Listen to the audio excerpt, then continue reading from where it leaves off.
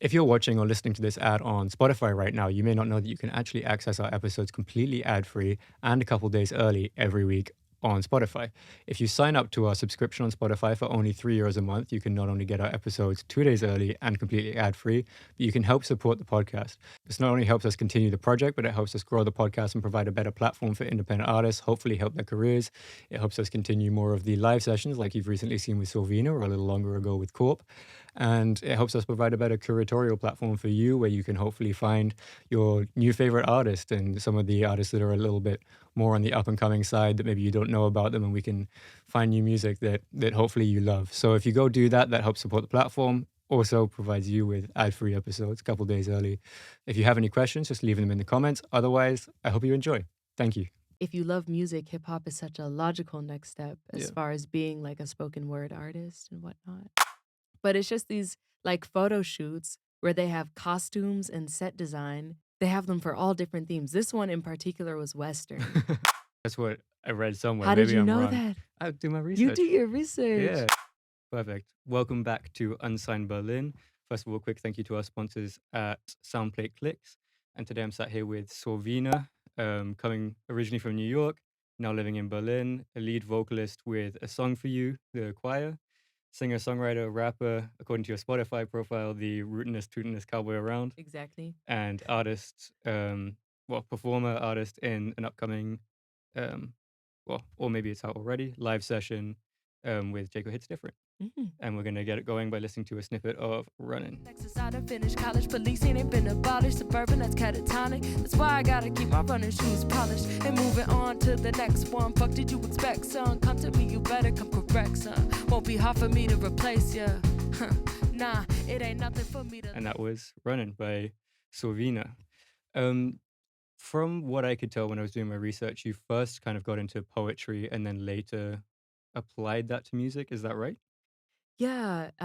Actually, like first I just want to ask, Mm-hmm. because you brought up my Spotify Yeah. like bio. How often do you read like an artist bio? All the time. All the time? Every time Like I'm looking even for just random artists. artists that you like discover from playlists and stuff? For me, it's a little weird because I do research with trying to find artists Yeah, of for course. this. So if I don't use Spotify, I use Apple Music Okay. usually for like my personal listening. What does that interface look like actually? They must also have a bio Uh, section. there is, but big artists will have it because it's like Mhm. done by a team, but Mhm. smaller artists just don't do it because they usually haven't dealt with the like Apple Music for Artists stuff, which Yeah. is just so much better on Spotify than it is Yeah, on. yeah. I can admit I've actually never opened I don't think I've ever Yeah, even opened the Apple Music for it's artists because I bad. just don't really know where to find it, Yeah, to and be also it's honest. like it's a small market share compared to Spotify, where it's like most people just listen on Spotify, Mhm. so it makes sense to put the effort in there. Are you the type of person like that you're on Apple Music just because you just so happened to use that when you were like 16 years old? And I feel like it's No, whatever you had is just what you end up having no, I used to forever. use Spotify. I had so obviously Yeah. iTunes when that was a thing, Yeah, of and course. then switched to Spotify at some point because I remember. Well, I don't really remember. I was really little. My sister coming home from school and being like, "Oh, there's this new thing, Spotify. Like They have you everything, can every listen to everything. You song. don't have to buy stuff." Yeah. So used it for a bit then, and then switched back to Apple Music. Um, Probably like 2018 or Mhm. so. Because for me, I like the way it's organized better. Mhm. For Spotify, it has the podcasts and the songs in the same app, which lots of people like, but for me, Mhm. it's super annoying. And there's like the Lieblingssongs thing on Spotify. I don't know what the Oh, name is yeah. in English. Uh-huh. Um, that is just like I don't know. It feels really disorganized to me, but maybe it might just be what I'm used to. Yeah, And then yeah, it it could also be. pays artists better. It has the Dolby Atmos thing built in, which is Right. cool sometimes. Yeah. Uh, and I like the radio stuff they have on there, like the Zane Lowe interviews are Mhm. really good, and they have like lots of artist curated radio shows, which I think Mhm. is cool. Um, but they're all they're all the same, I really. wish I had the strength, honestly, to like make a change to like Hmm. the different apps and products and stuff that I use. I mean, What would you want to switch to or from? I mean, from what I've seen, like online, I think the best streaming platform as far as like paying artists is Tidal, Yeah. from what I've heard.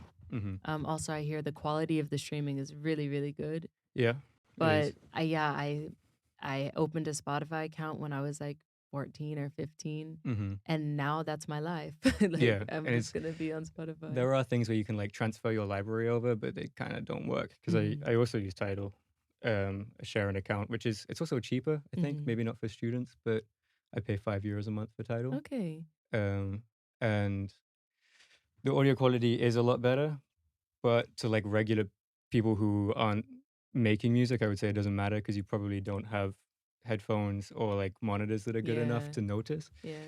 Um, and the interface is terrible. It feels like it was Oh, built in really? 2016 and then just never changed, which Yeah. it might have been. Uh, but yeah, But on Spotify, like the reading like artist bios are quite simple. I mean, yeah, it's pretty like it's there. it's there. Yeah, it's very Hmm. integral to like and and I think at some point I started to become really curious of what other people wrote like in Yeah. their artist bios. And it's so interesting, like in general, how an artist decides to portray themselves Mm. or how they aim to be perceived, I Yeah. guess, or maybe even the lack thereof of like being Yeah. perceived. Of being like, I don't want to have a bio because I want to be mysterious. Yeah, there was Yeah. this one time, my partner and I, we were like chilling at home and we were listening to Spotify like on the TV. Right. Like, you know how you can also Yeah. connect. Yeah. And it was so interesting because I think we were just listening to classical music or kind of more ambient, Hmm. like instrumental music. And with every song that would come on, when you use Spotify for the TV, the image that it projects is the artist's portrait. And then like Oh, in the little corner, it's just like a icon of the that's album art weird. or the single art. Hmm. And it was really cool because we were just like having a really cozy evening. And we were in the US at that time, actually visiting for the holidays. And we were just chilling, listening to music, and like every 3 minutes, a brand new image would come on the TV Yeah. of an artist portrait of a totally different artist. And that alone of like seeing conceptually Hmm. how an artist decides to like show who they are. Yeah. And then that in combination with the artist bio, it's just like fascinating. Yeah. And I don't know why necessarily I have the rootness tootness cowboy in my bio like that. Yeah. I feel identified with that Hmm. definitely. And I just threw it in there. I mean, it seems like there's two general directions like artists can go in terms of bios. Like there's that really What factual, I have, which is like milestone almost a oriented. CV. You also Yeah. have, yeah, Yeah. kind of I've done this and Yeah. this has happened, this award, this sponsor, la la Yeah. la. And then I think there's this artist, Remy Wolf. You Hmm. know her? Yeah. Yeah. If I'm getting this correctly, I'm pretty sure her artist bio on Spotify is like Remy Wolf is a bad bitch and really cool, great personality. It's like Yeah. something Just like something that. really short. It's Yeah. like personality forward, not like, Yeah. yeah. Yeah. And in general, like as I've been preparing to release a debut Mm. project, like it's very much at the forefront of my mind. Yeah. The decisions that I will make or not make as far as presenting myself as an artist or Yeah. even just as a person. One thing that I always, when I'm doing research for this and I'm just looking for artists, I'll always go through. First thing I'll do is um, like just click music on, and then I'll scroll down to the bottom and read Hmm. the profile. And always, it's amazing for me if it's like if it says a location because I'm like, oh, I know that this person's in Berlin. This Yeah, is like an yeah. option to work with them.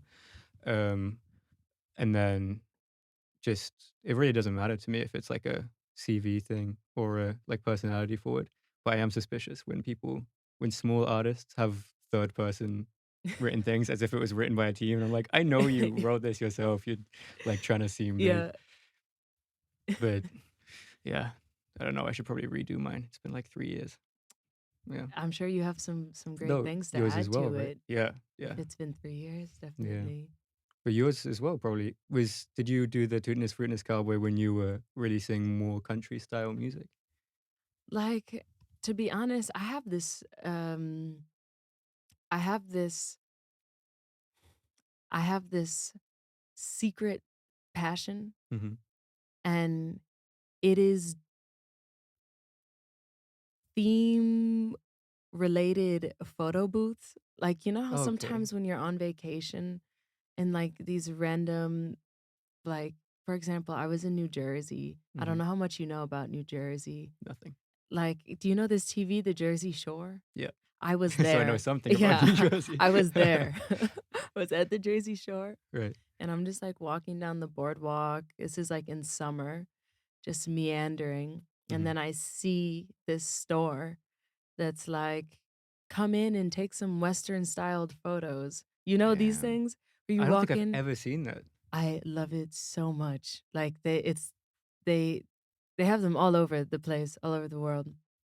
But it's just these like photo shoots where they have costumes and set design, and you Ah. can like they have them for all different themes. This one in particular was Western, but like I was in London a few months ago Mm-hmm. and I forced my partner to do one of these with me, and we were dressed up as like royalty. Right. I've also done one of these in Prague where they did like colonial era, Yeah, like yeah. it's just I've never seen it. Is it like a it's building or amazing. is it like the little photo booths that you get? It's like not like the little photo automat Yeah, yeah. things, but they're like little shops, and you Oh. walk in and they have so many costumes to choose from, and they kind of help style you and stuff. And in this particular example in the Jersey Shore, which must have been like 3 years ago now, Mm-hmm. it was Western styled. And I love cowboys. Mm. Everyone loves cowboys, Yeah. right? They're so I've been cool. watching Yellowstone and Yeah. which is like modern It's cowboy just, stuff, and I'm just like, this yeah, is I love horses it. are so cool. And they had like a bunch of different type of cowboys that I could be. I ended up going with the more classic, like vigilante Right. cowboy look. And Like the Lone I Ranger had the looking hat, kind of thing. I had like the breeches and Mm-hmm. everything. And this might be like my favorite photo of myself that I've ever taken. It's like I try to use it at any possible opportunity because I love it so much. Album cover, big opportunity. Yeah, yeah, huge, huge.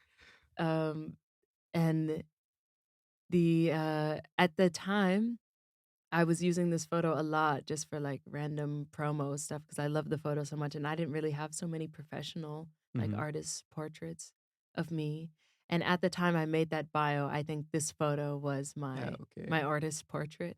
Mm-hmm. And so I was just like, when confronted with making a bio, I was just like, the Put it in. rootinest, tootinest cowboy With the ever. profile picture and the first song that's on your Spotify and like your SoundCloud songs are Yeah. more like country. So Yeah, we like, yeah. I used to be, I mean, still am like folk, mm-hmm. country-ish, like singer-songwriter, and I love this music so much. Yeah. Like no matter how far or how deep I get into this rap and R&B stuff, like Mm-hmm. always anytime I hear a banjo, I'm like, let's go. This is such a nice instrument. It's so like so beautiful in the ears. And Did you switch to R&B and hip hop stuff consciously, or was it kind of like a gradual thing that just happened? I mean, I definitely always had both components.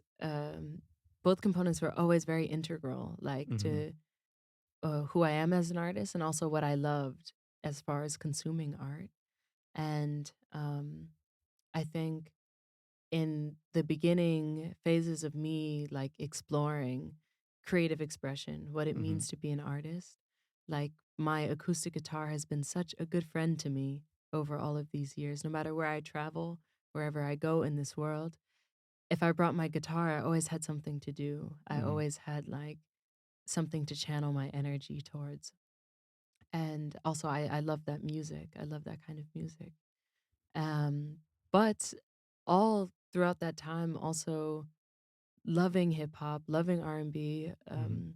and also as like a Black American person, like really understanding how the identity of hip hop is so closely tied to the identity of who I am and the people that I come from as well. Mhm. But I think when I moved to Berlin, I mean, over COVID, I started to explore more Yeah.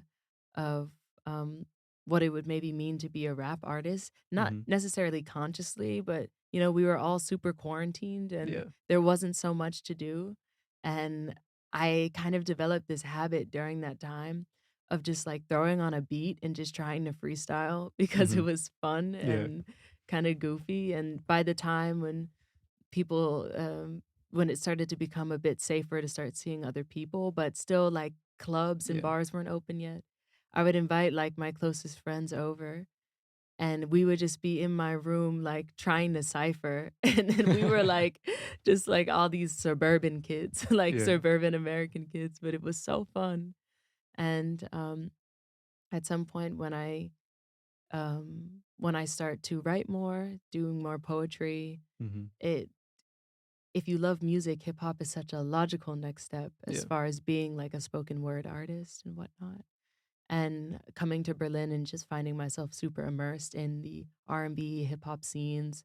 Like the first time I ever went to the Swag Jam was Mhm. like such a pivotal moment somehow, like to um my then becoming like a rap artist, I Yeah. feel, just because I I got to know the right people and I was so inspired also Mhm. by what had happened in that room that night. And yeah, I'm finally admitting to myself like, yeah, I also can do this. I also want to do this and also I'm having a lot of fun Yeah. doing it. And it's really cool to have a foot in two genres that feel so different. Mhm. Definitely.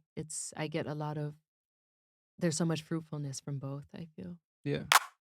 When you release music, making sure your fans can find it and listen is the number one priority. SoundPlate Clicks helps you create landing pages and smart links that will bring people through to actually listen. With SoundPlate Clicks, you can create perfect landing pages for your releases, even include a direct add to playlist button, email capture, or links to your merch. Turn your link in bio into a sleek, professional pit stop with a super easy to use interface that takes away any learning curve. Launch pre save campaigns in minutes. Not just that, with SoundPlate Clicks, you can also gain valuable insights into who is clicking on your links, something you cannot do with similar sites or with a free plan. For those serious about taking their music to the next level, the Pro plan is only €20 per month. Upgrading to Pro allows access to premium features, advanced analytics, extra branding options, and much, much more. To easily set up your first music smart links, go to click.soundplate.com and use code UNSIGNED for 50% off your first payment when you choose to upgrade. That's SoundPlate Clicks, making your music promotion hassle-free. Don't forget to use the code UNSIGNED for 50% off your first payment when you upgrade. For the Swag Jam stuff, like when you came here and you kind of were going out, was that the first times you were really able to go out to bars and clubs and stuff? Because I guess you moved, COVID hit, and then you moved before you were 21, maybe? I've been in Berlin just for like a year and a half now. Okay, So so you were in the US between COVID and moving here. yeah, Right. I when COVID hit, I was still like doing my bachelor's degree living in Boston at the time. Right. I had even then in the back of my mind this idea, this dream that I would move to Berlin at some point. Mhm. But I had to finish my degree and in general just needed to figure some things out with Yeah. my life. But yeah, I from New York and then spent 5 years in Boston for my uni. Mhm. And during that time, did a lot of different travel. But after that, I actually moved to Greece for like 4 or 5 months Oh, to Thessaloniki, which is the second largest city in Greece. And then after that, I did a bit of soul searching in Costa Rica. right. And then that summer, I went back to New York, but actually living and starting to work as a musician in the Hamptons in New York, like Right. this beachy vacation area in Long Island, New York, Mhm. for a few months, saving up then to move to Berlin. Right. So my life has been pretty transient also in these last few years. But yeah, once I made it to Berlin, I moved here knowing that it would be a stable, consistent commitment of Mm. sorts. And it's been really such a blessing, the experience I've had here and also building a career here. Yeah. Such a nice, so nice to be an artist in Berlin, actually, I feel. Yeah. And of course, like that's just my own opinion and my own perspective. And I'm sure there are plenty of others that vary, but at least just in my experience and what I know, especially being an artist in certain cities in the US, Hmm. it's really, really nice to be an artist here. I'm very happy to be building my career here. What about Berlin made it such a target as you were going through those years of like kind of still knowing you wanted to move here? Yeah, I mean, I just kind of moved to Berlin for like I moved to Berlin because of a intuitive feeling that I had. It had Mm, nothing to do with music or studies or anything really. Like right. I had visited Berlin summer 2019. I was doing Mm. some solo backpacking and I came to Berlin for like 4 or 5 days in August. Like of In the good course, days, yeah, yeah. of course I fell Yeah. in love. I was like, these are my people. This is my place, you know. I had Hmm. this whole and but it did feel different to Hmm. a certain extent. Like I've traveled to a lot of different places that I really loved or that I felt like I really enjoyed, that I liked them a lot. But when I came to Berlin, it did awaken this deeper gut feeling of like, oh, Hmm. I think there's something here for me. I didn't know what or even in general what it might be related to, but I just had this sense and then like 3 years later, it became clear in my life's path, my life journey, like, okay, I think now's the time to go. Right. And I moved here and it's been just totally miraculous. Like, it feels like every single step of the way, I've just been in the right place at the right time, including like the first time I ever went to the swag jam. Hmm. Actually, the first time I ever went to the swag jam, that was the first time I ever met Jaco. Right. Yeah, my Yeah. producer, Jaco, it's different. Um And it wasn't until then, like maybe 2 months later that we actually, like, connected. Hmm. But then when we realized, "Oh, yeah, we were at both at the Swag Jam that night at the same time," and it was because Rain was the featured artist. Like, if I told myself in that moment, like, "Yo, your producer and, like, friend and longtime collaborator is in this room, and also you're going to be featured on a track of the artist that's performing right now." I would have Hmm. been like, "What are you even talking about?" I wasn't even doing rap then, Yeah. but it was just like one small miracle after another. Like since moving here, I'm really grateful for that. Nice. How did you get to know Rain? I met Rain like at that swag jam that Oh, night okay. in Right. like January. It's my first time ever seeing her, hearing of her, anything. Because then I had only been living in Berlin for like 3 months. And you know, the Hmm. swag jam has this open mic component where Yeah. then people can go up. And I remember I went up that night and I hadn't freestyled publicly, maybe ever. Right. Definitely it had been like a long time since I had been doing it with my friends just Yeah. in my room. But on this night, there's sometimes when you're freestyling and you are so like in the zone. And Hmm. I had one of these nights then, and I kind of had this I don't remember the freestyle at all of what I gave, except there was Hmm. one line that I was kind of saying over and over. And that line was eyebrows on fleek. And it was so hard. Like this was maybe the best freestyle I had ever done. And I think Jaco, he can still remember it to this day. But afterwards, Brain came up to me and was like, "Yo, that was really sick. We should make music together." And I'm like fangirling because I Yeah. just watched her get off stage and kill it, you know. Um, and then we also randomly realized that we kind of had like mutual friends or we Hmm. mutually knew the same people. And it's kind of like this also in the music circles, I feel. Yeah. In Berlin, like the things really start to connect and intersect and it gives everything this really beautiful coincidental feeling, but like Hmm. that it's kind of universally orchestrated somehow. I'm Yeah. really like, I really buy into that type of narrative of like, oh, it was meant to be that I was Into at the swag jam and you were too, and everything. But that's how I met Rain. Yeah. hmm for I'm trying to think of what's the word for that. Destiny. Do you what kind of Are you into the manifesting side of things as well, or Yeah, I what's your kind of mean, view on? I don't know. For me, manifesting seems like uh, I don't buy into it at all, but I do kind of believe in like a level of determinism of like mm, the things that are going to happen are going to happen. what about it do you not buy into, or what's not so convincing? I think there's a couple different views, I guess, of manifesting that I've come across. One which I 100% believe in is like if you kind of tell yourself you're going to do something enough and work towards it all the time, then it's Hmm. going to come to fruition. Which or at least much more likely to come to fruition, which is doesn't even feel superstitious to me. That just seems to be like, oh, that's how things One work. plus If one is you, two. yeah, and then the other view is kind of like, if I manifest, if I like picture in my mind that there's going to be a free parking spot in this garage, then there will be. Hmm. That kind of like, if I decide it's going to be, it's going to be. Hmm. That uh, I don't know. I think maybe I'm too logically minded to be Yeah. okay with that in my worldview. Yeah, all But good. do you believe in that?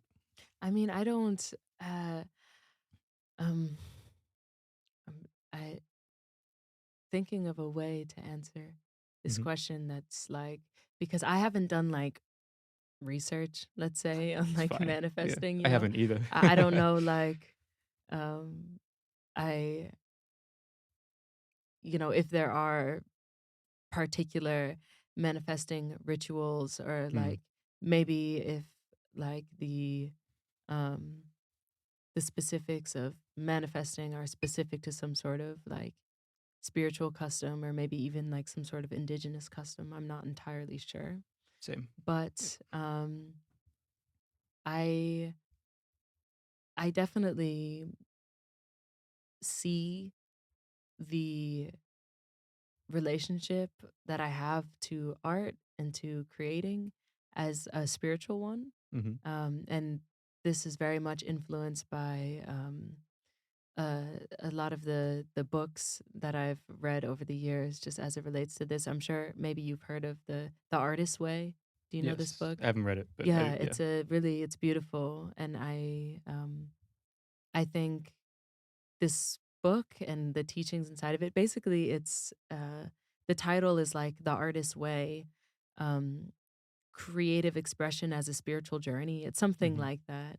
And it's a really, really lovely book. Like, I can only highly recommend it to everyone, to be honest, not even people who are necessarily pursuing art or music as career, but it's just talking about how creativity is a very intrinsic component of being a human being. Like, Hmm.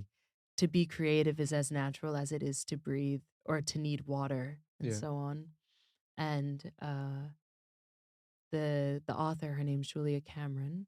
Her basic premise or mission statement is that if in some way someone is having like a very like a struggling relationship with creativity, or Hmm. they're not being as creative as they'd like to be, that this in some way is indicative of that person being in some way disconnected from their spiritual creative power that all of us have inside of us. And I don't, in this book, she has this really powerful statement where she basically says that when a person admits to themselves and thus to the universe what their dreams are, and they start to take steps towards that dream, that the universe will conspire to help them, Mm. basically. And I, in my own lived experience, I've definitely felt this, that for the longest time, it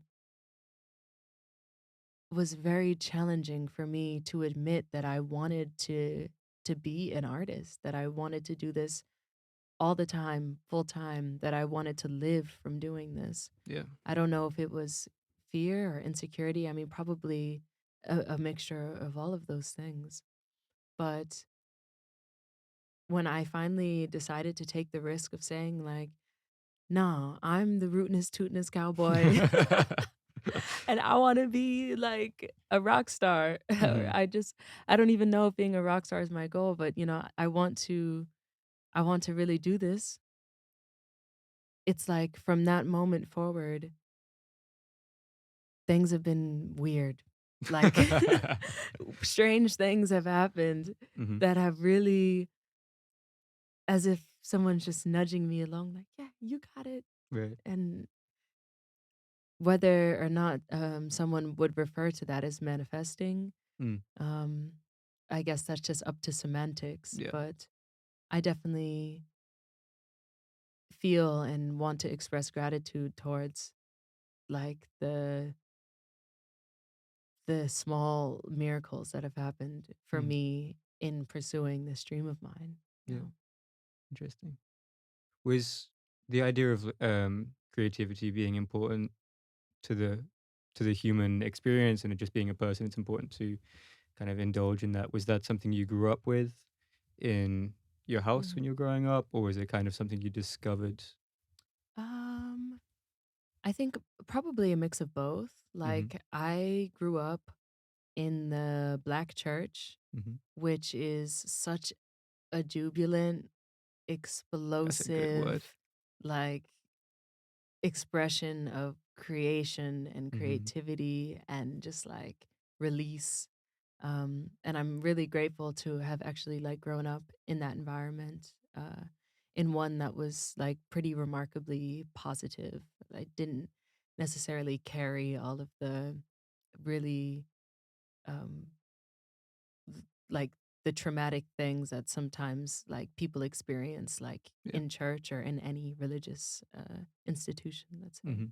Hmm. But my experience was overwhelmingly positive, and the like creating, singing, expressing was so much a part of that. It was inseparable from it. Hmm. And so that was probably where the seed was planted of creativity as spirituality, as Yeah. spiritual expression.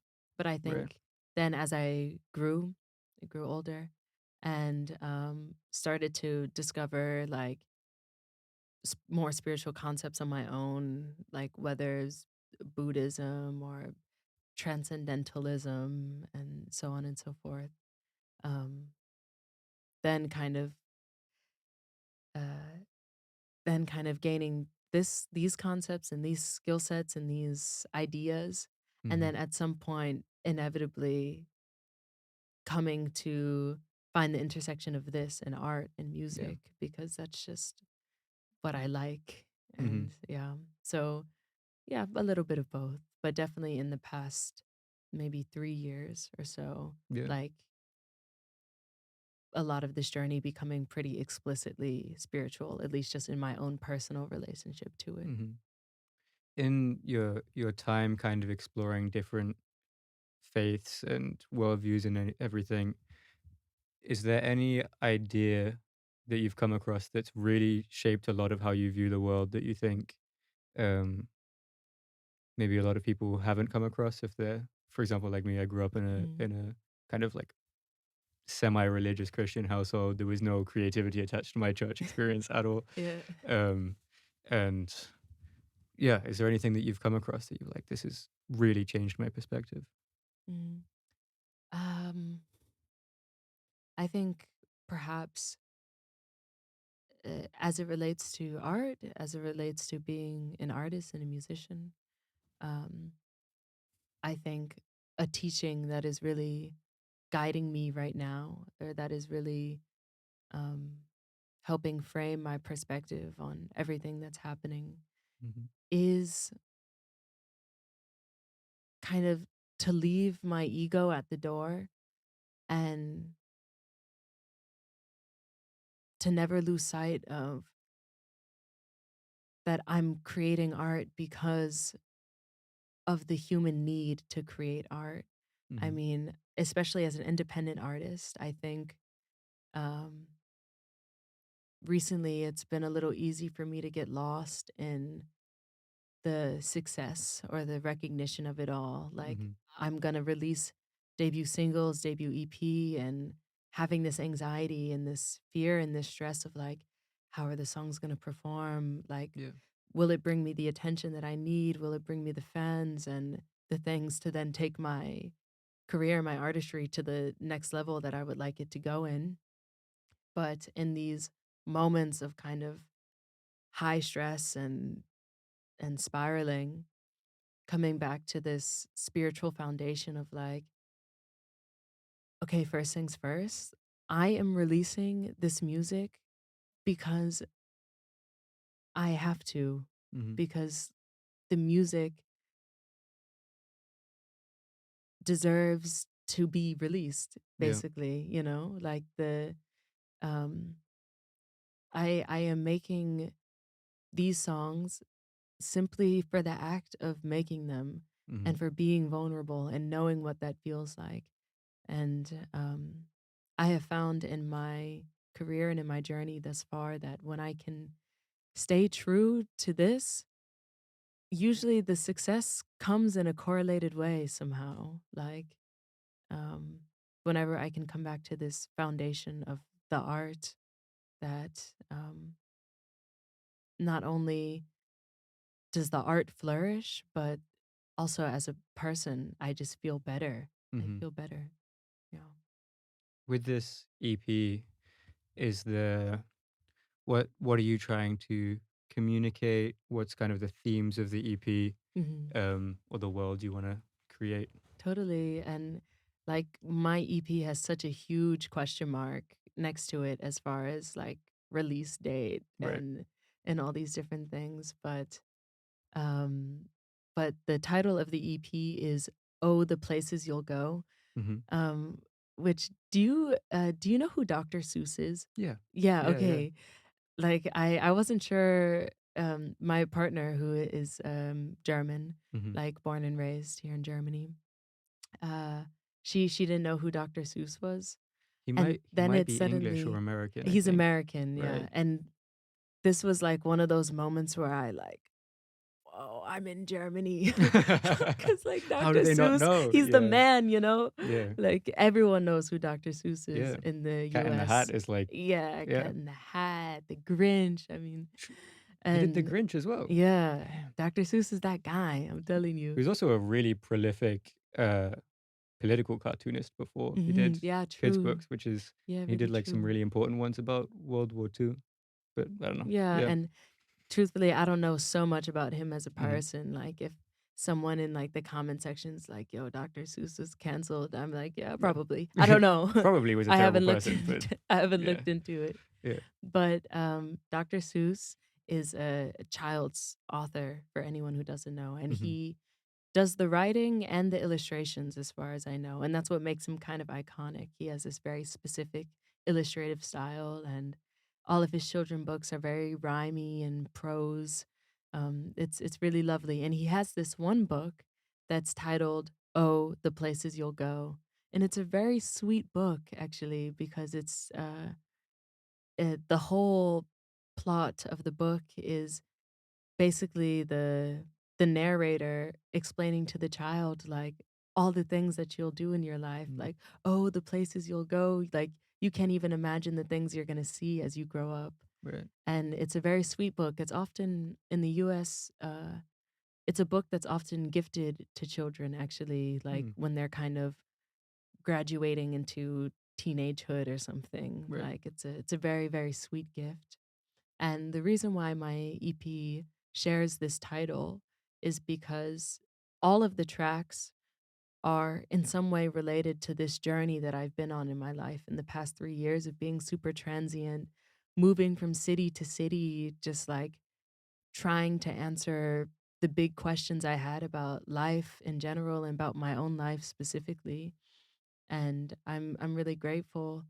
I feel blessed to have experienced so many different um, just so many different things in my life thus far, so many travel experiences and living experiences. And I have learned so much through all of that. And it felt really fitting that my first debut project would be an homage to that, like Mm-hmm. just totally autobiographical, talking about the places that I've been and the things that I've learned. And the reasons why I did what I did. It's one of the reasons why I love running so much. This Right. track from the clip earlier, and running will be the first single off of the Mhm. EP because it's really like I get into the specifics of the timeline in this one section where I talk about like that I was in Colorado and then I went to Greece and then I'm in Costa Rica and now I'm in Germany. Like Mhm.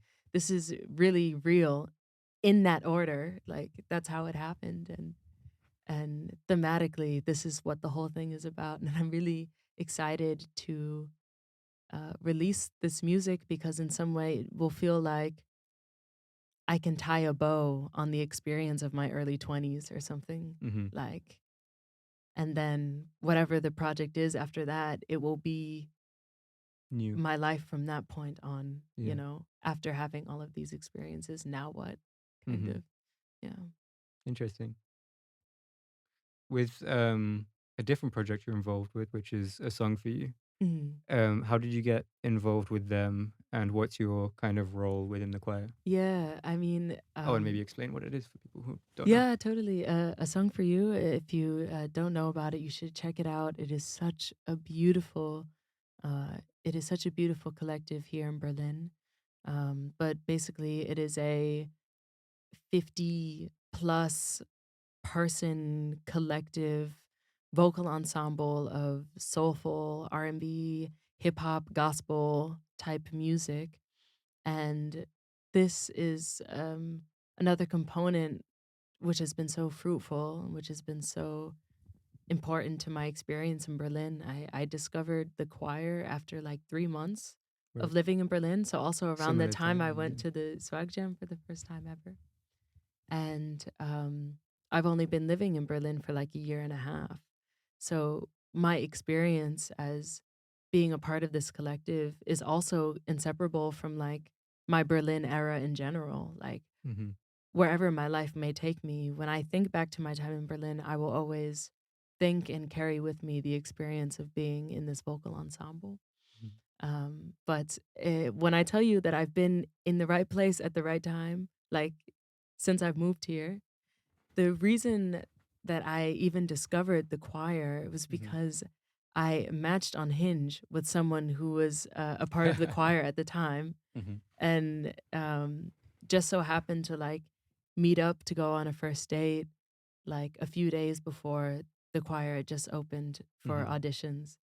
Yeah, and like really, it's like Yeah. this, just tiny, tiny miracles, and I'm so happy um to contribute my voice to this collective. I mean, Mhm. as far as my role in the collective, I am a vocalist. Like I am one of many vocalists. But 50 plus is a lot of people as yeah, well. yeah, I like in the greater collective, Yeah. I would say it's somewhere around this number. Well.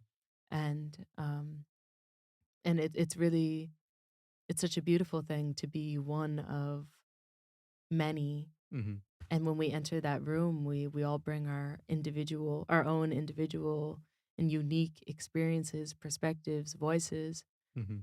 but that we collect to create one greater voice. Yeah. And it also really speaks again to my upbringing, like in the Black church. When I found A Song for You, I felt so much at home in ways that I hadn't felt since I moved here before. Mhm. And I'm so grateful. Yeah, she's super grateful. It's also a specifically BIPOC choir, Hmm. and I'd be curious to know what your experience has been in the difference between the kind of um, BIPOC community in the US versus here. Yeah, it's a really, really interesting question. I think what I've realized in becoming a more global citizen Mhm. is that even when you share like some sort of similar identity with Mhm. someone else, still the lived experiences, there's so much variation, so much Yeah. diversity. Like the spectrum to which you can experience this world is infinite. And like as a Black person, moving to Europe, moving to Germany and Berlin, this was the first time I realized like, oh, uh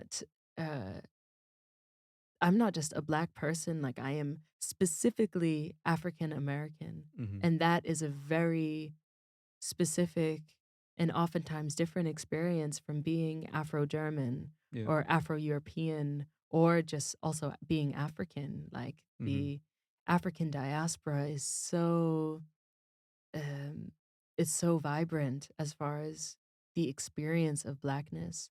And so it's been really cool to feel like a Black camaraderie with uh, so many of the people in A Song for You, but Mm-hmm. still being able to learn so much about different cultures because Yeah. in the end, like, yeah, Blackness is such a huge spectrum of experience and Mm-hmm. of identity. And that's been also very enriching, like Yeah. to my life and to the connections that I formed here.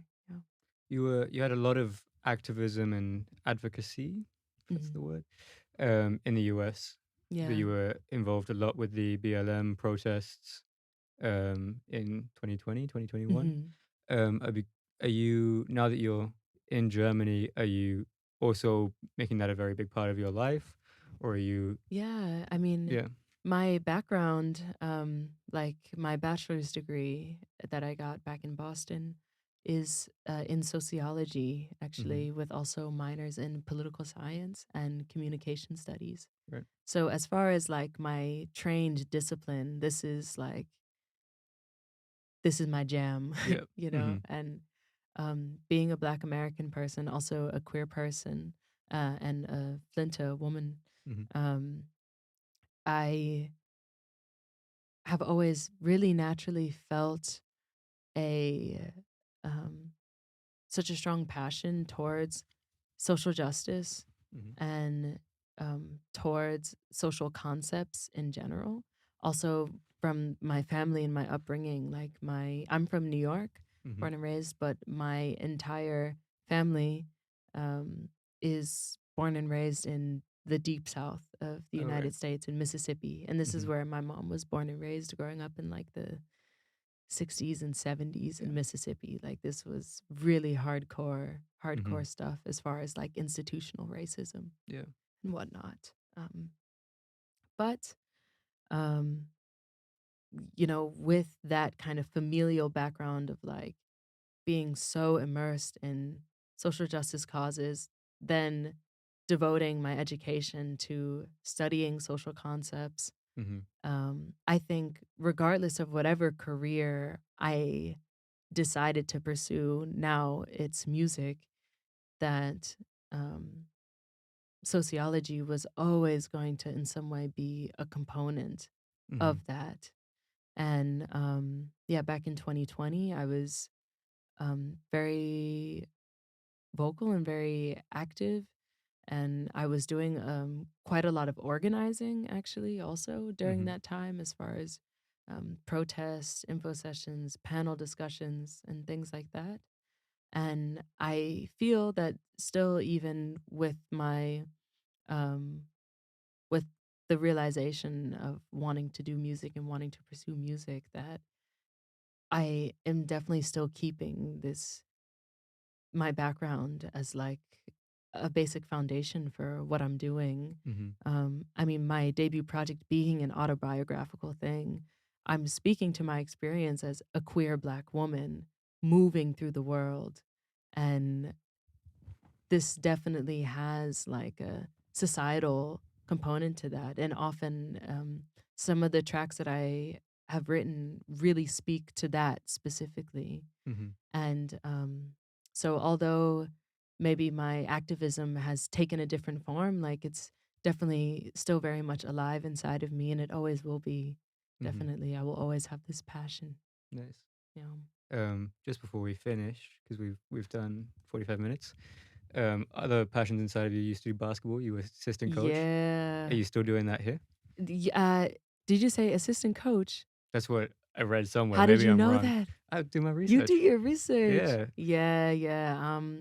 I'm still hooping. Like I like to joke that I had kind of do you know High School Musical? Yeah, of course. Yeah. Yeah, I always had these two things Get your inside of head in the me, game. music and basketball. Mm-hmm. And when I was younger, for a time, I thought that basketball would actually be Weird. the career I was pursuing, or at least like the goals and accomplishments and milestones I had in mind were all very basketball related. Mm-hmm. I still love playing basketball so much. I actually just bought a ball like a couple months Nice. ago. So once it gets like consistently warm outside, I want to go Saturday. see some hoops. I think Friday's our last cold day Okay, let's for the go. year. Let's go. You And hoop? I don't. Well, I But we can enjoy it, hoop. but I'm bad. No, But I we enjoy could we it. could meet up Yeah. and hoop a bit. Yeah. And you did radio as well. You did college radio. Yeah, I did college What radio. was that in your country era, or was it a variety of things? Yeah, this was when I was in college, when I was Mhm. in uni. And to be honest, my radio era, I did this with a friend of mine, with a Mhm. very good friend of mine. And this was just absolute this was just absolute mayhem. Like I don't even think we weren't approaching this from like any moral high ground, or like Yeah. with you have such a beautiful mission statement here with Unsigned Berlin, like Mm. bringing attention to Thank you. independent artists and Mhm. and just creating a community of sharing Mhm. and stuff like that. But when I did radio, it was simply for like the tea. Like we were just spilling tea on live radio. Mhm.